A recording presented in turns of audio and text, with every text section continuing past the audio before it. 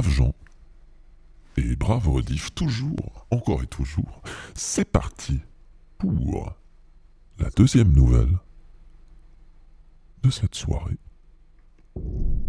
Horrifique histoire.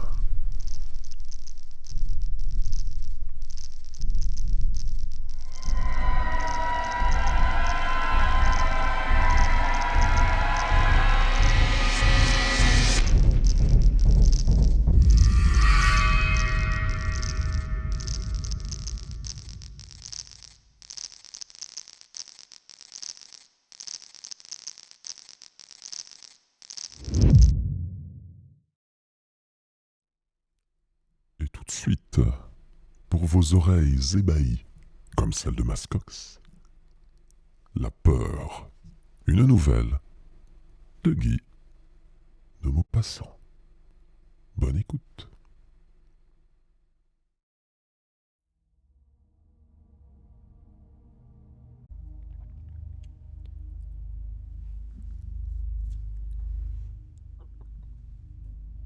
On remonta sur le pont après dîner. Devant nous, la Méditerranée n'avait pas un frisson sur toute sa surface, qu'une grande lune calme moirait. Le vaste bateau glissait, jetant sur le ciel, qui semblait ensemencé d'étoiles, un gros serpent de fumée noire. Et derrière nous, l'eau toute blanche, agitée par le passage rapide du lourd bâtiment, battu par l'hélice, moussait, semblait se tordre, remuait tant de clarté qu'on eût dit de la lumière de lune bouillonnant. Nous étions là, 6 ou 8, silencieux, admirant, l'œil tourné vers l'Afrique lointaine où nous allions. Le commandant, qui fumait un cigare au milieu de nous, reprit soudain la conversation du dîner.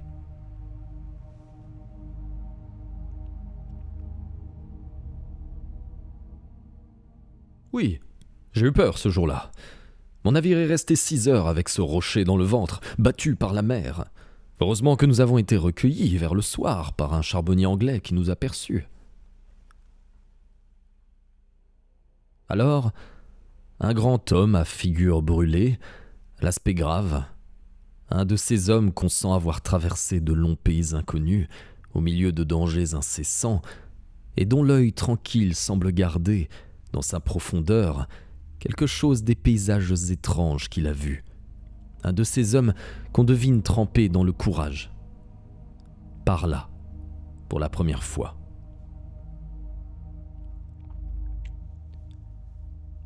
Vous dites, commandant, que vous avez eu peur. Je n'en crois rien. Vous vous trompez sur le mot et sur la sensation que vous avez éprouvée. Un homme énergique n'a jamais peur en face du danger pressant. Il est ému, agité, anxieux. Mais la peur, c'est autre chose. Le commandant reprit en riant. Fichtre, je réponds bien que j'ai eu peur, moi. Alors, l'homme au teint bronzé prononça d'une voix lente. Permettez-moi de m'expliquer. La peur, et les hommes les plus hardis peuvent avoir peur, c'est quelque chose d'effroyable, une sensation atroce, comme une décomposition de l'âme, un spasme affreux de la pensée et du cœur, dont le souvenir seul donne des frissons d'angoisse. Et cela n'a lieu quand on est brave, ni devant une attaque, ni devant la mort inévitable, ni devant toutes les formes connues du péril.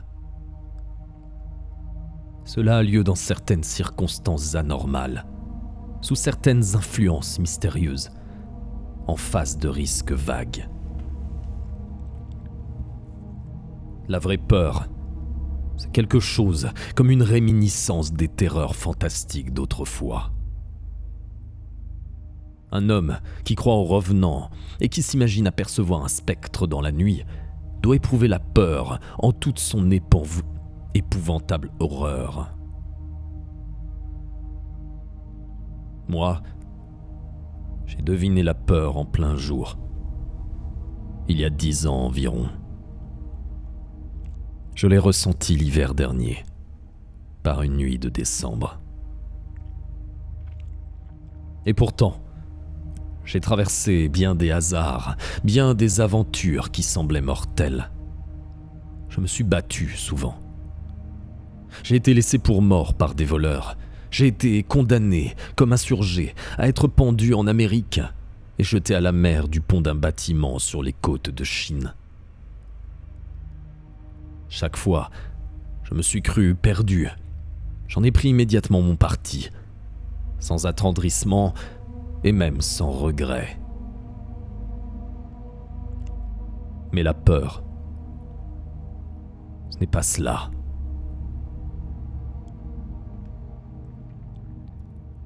Je l'ai pressentie en Afrique. Et pourtant, elle est fille du Nord. Le soleil la dissipe comme un brouillard.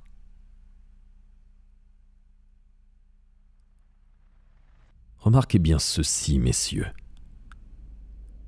Chez les Orientaux, la vie ne compte pour rien.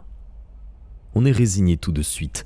Les nuits sont claires et vides de légendes. Les âmes aussi vides des inquiétudes sombres qui hantent les cerveaux dans les pays froids.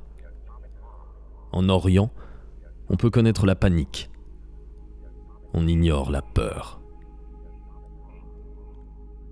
Eh bien, voici ce qui m'est arrivé sur cette terre d'Afrique.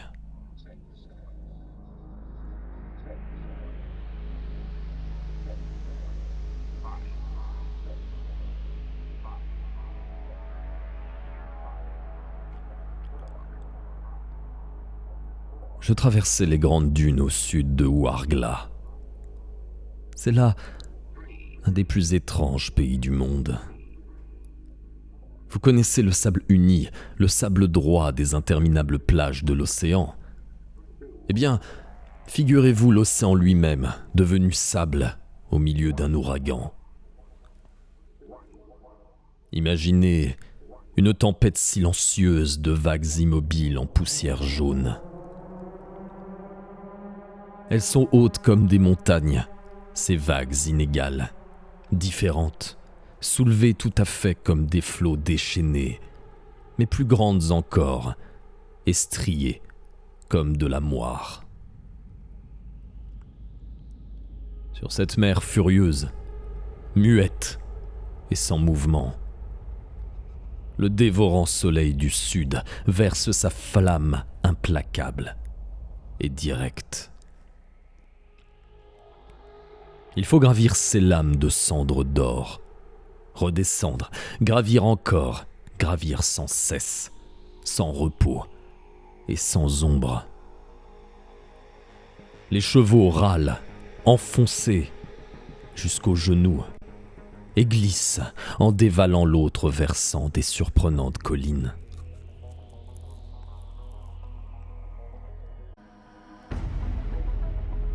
Nous étions 2 amis, suivis de 8 spaïs et de 4 chameaux avec leurs chameliers. Nous ne parlions plus, accablés de chaleur, de fatigue et desséchés de soif, comme ce désert ardent. Soudain, un de ces hommes poussa une sorte de cri. Tous s'arrêtèrent. Et nous demeurâmes immobiles, surpris par un inexplicable phénomène connu des voyageurs en ces contrées perdues.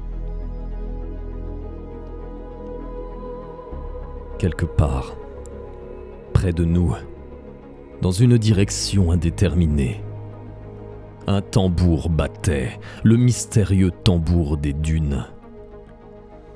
Il battait distinctement, tantôt plutôt vibrant, tantôt affaibli, arrêtant puis reprenant son roulement fantastique.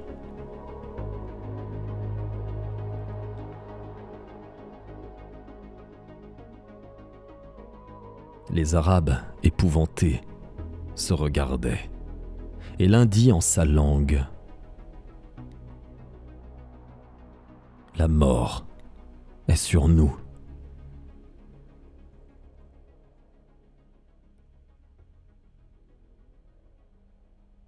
Et voilà que tout à coup, mon compagnon, mon ami, presque mon frère, tomba de cheval, la tête en avant, foudroyé par une insolation. Et pendant 2 heures, pendant que j'essayais en vain de le sauver, toujours ce tambour insaisissable m'emplissait l'oreille de son bruit monotone, intermittent,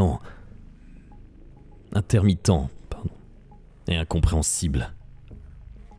Et je sentais se glisser dans mes os la peur, la vraie peur, la hideuse peur, en face de ce cadavre aimé, dans ce trou incendié par le soleil entre 4 monts de sable, tandis que l'écho inconnu nous jetait à 200 lieues de tout village français le battement rapide du tambour. Ce jour-là, je compris ce que c'était d'avoir peur. Je l'ai su mieux encore une autre fois.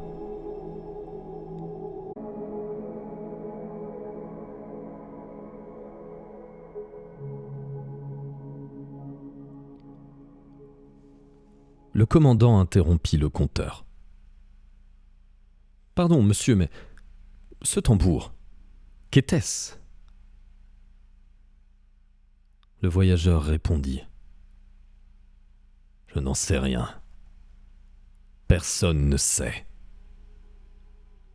Les officiers, surpris souvent par ce bruit singulier, l'attribuent généralement à l'écho grossi, multiplié, démesurément enflé par les vallonnements des dunes, d'une grêle de grains de sable emportés dans le vent et heurtant une touffe d'herbe sèche. Car on a toujours remarqué que le phénomène se produit dans le voisinage de petites plantes brûlées par le soleil et dures comme du parchemin. Ce tambour ne serait donc qu'une sorte de mirage du son. Voilà tout. Mais je n'appris cela que plus tard.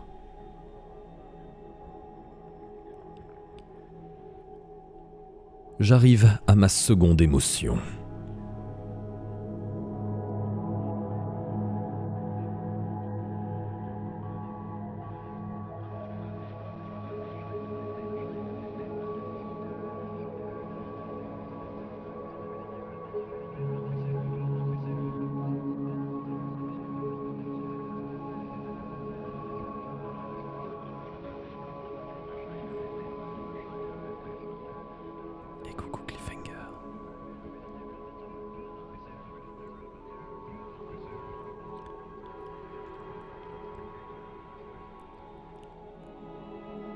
C'était l'hiver dernier, dans une forêt du nord-est de la France. La nuit vint 2 heures plus tôt, tant le ciel était sombre. J'avais pour guide un paysan qui marchait à mon côté, par un tout petit chemin, sous une voûte de sapins dont le vent déchaîné tirait des hurlements. Entre les cimes, je voyais courir des nuages en déroute, des nuages éperdus qui semblaient fuir devant une épouvante. Parfois, sous une immense rafale, toute la forêt s'inclinait dans le même sens, avec un gémissement de souffrance.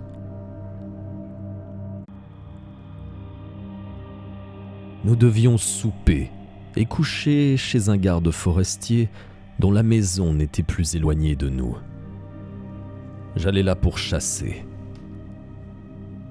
Mon guide, parfois, levait les yeux et murmurait : « Triste temps. »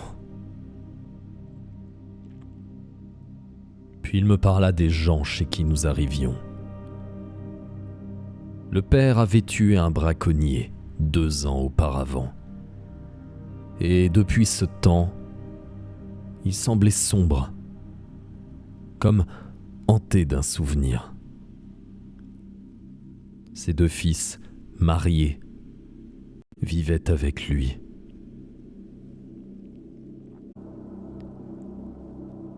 Les ténèbres étaient profondes.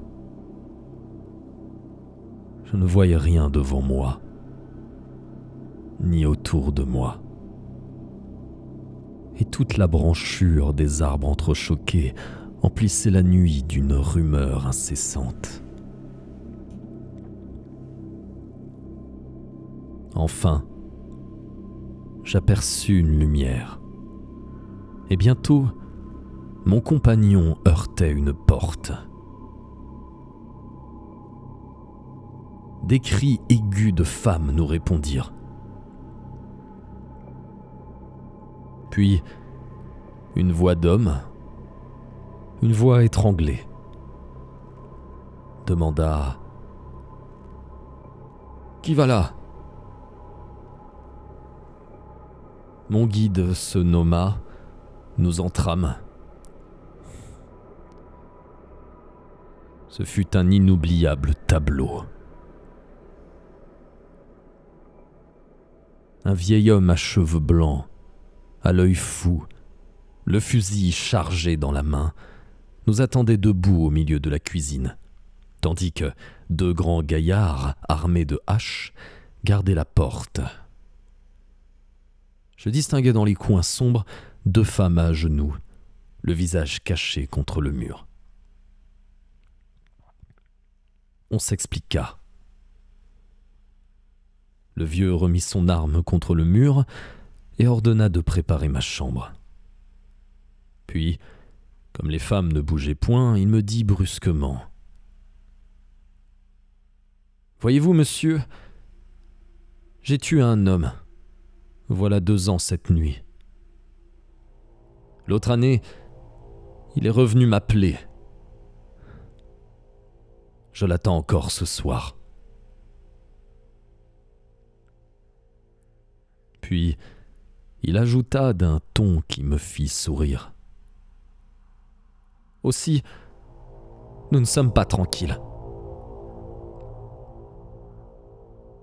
Je le rassurai comme je pus, heureux d'être venu justement ce soir-là et d'assister au spectacle de cette terreur superstitieuse. Je racontais des histoires et je parvins à calmer à peu près tout le monde. Près du foyer, un vieux chien, presque aveugle et moustachu, un de ces chiens qui ressemblent à des gens qu'on connaît, qui dormait le nez dans ses pattes. Au dehors, la tempête acharnée battait la petite maison, et par un étroit carreau, une sorte de Judas placé près de la porte, je voyais soudain tout un fouillis d'arbres bousculés par le vent à la lueur de grands éclairs.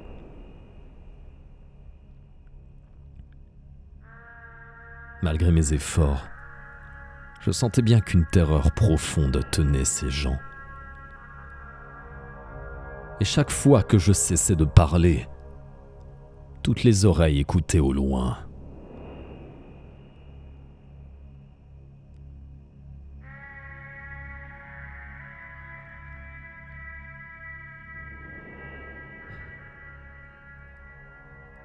Las d'assister à ces craintes imbéciles, j'allais demander à me coucher, quand le vieux garde tout à coup fit un bond de sa chaise, saisit de nouveau son fusil, en bégayant d'une voix égarée. « Le voilà, je l'entends !» Les 2 femmes retombèrent à genoux, dans leur coin, en se cachant le visage. Et les fils reprirent leurs haches.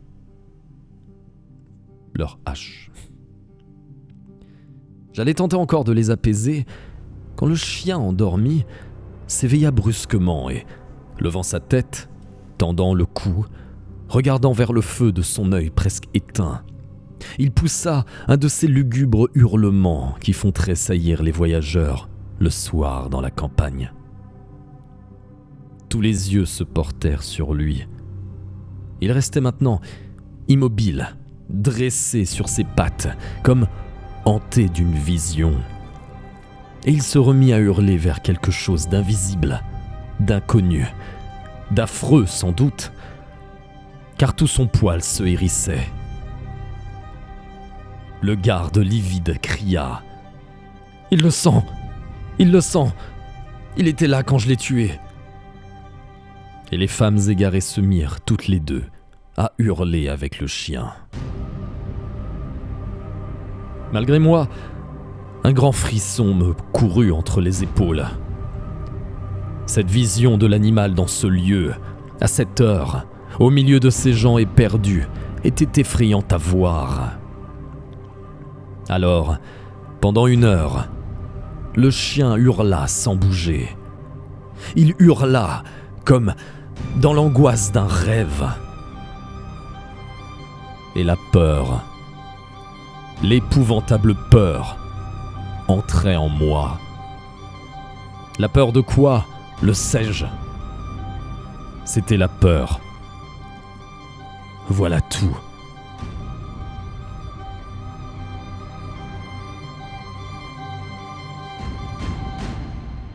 Nous restions immobiles, livides, dans l'attente d'un événement affreux, l'oreille tendue, le cœur battant, bouleversé au moindre bruit. Et le chien se mit à tourner autour de la pièce, en sentant les murs et gémissant toujours. Cette bête nous rendait fous. Alors, le paysan qui m'avait amené se jeta sur elle dans une sorte de paroxysme de terreur furieuse et ouvrant une porte donnant sur une petite cour, jeta l'animal dehors.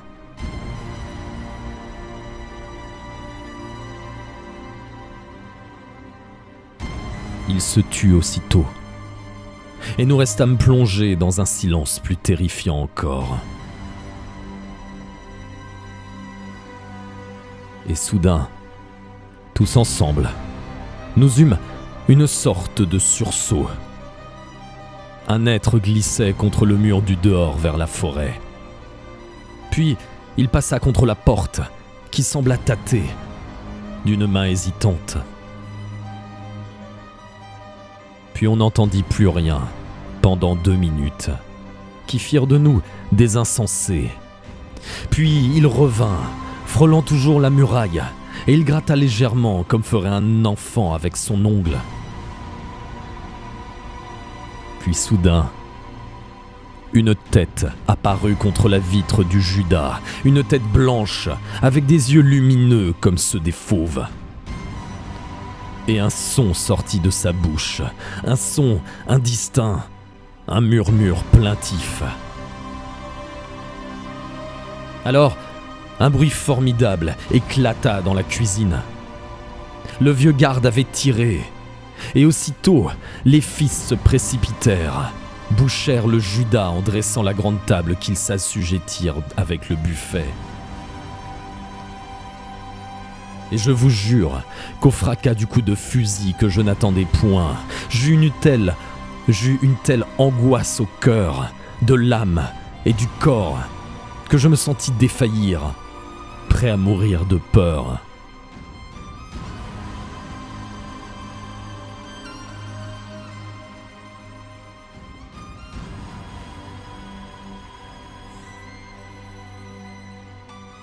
Nous restâmes là jusqu'à l'aurore, incapables de bouger, de dire un mot, crispés dans un affolement indicible. On osa débarricader la sortie qu'en apercevant, par la fente d'un auvent, un mince rayon de jour. Au pied du mur, contre la porte, le vieux chien gisait, la gueule brisée d'une balle.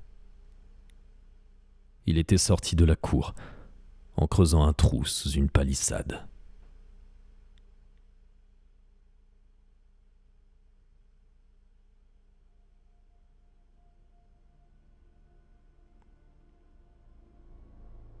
L'homme au visage brun se tut. Puis il ajouta :